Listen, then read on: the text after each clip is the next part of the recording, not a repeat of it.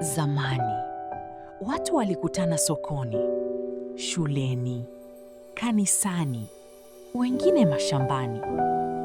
Lakini siku hizi, watu wanakutana kwenye mitandao ya kijamii.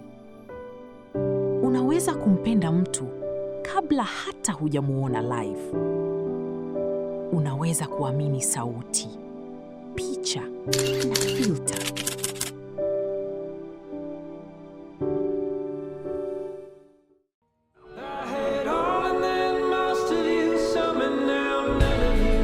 There was before you.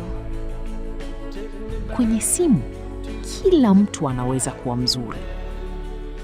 Na wakati mwingine, mtu unayempenda kwenye screen huwa tofauti kabisa kwenye maisha halisi. Unaweka kwenye hii picha ni wewe? Nakumbuka tulikutana Facebook. Baba, huyo. Lakini kwa nini kwenye simu inaonekana tofauti kabisa?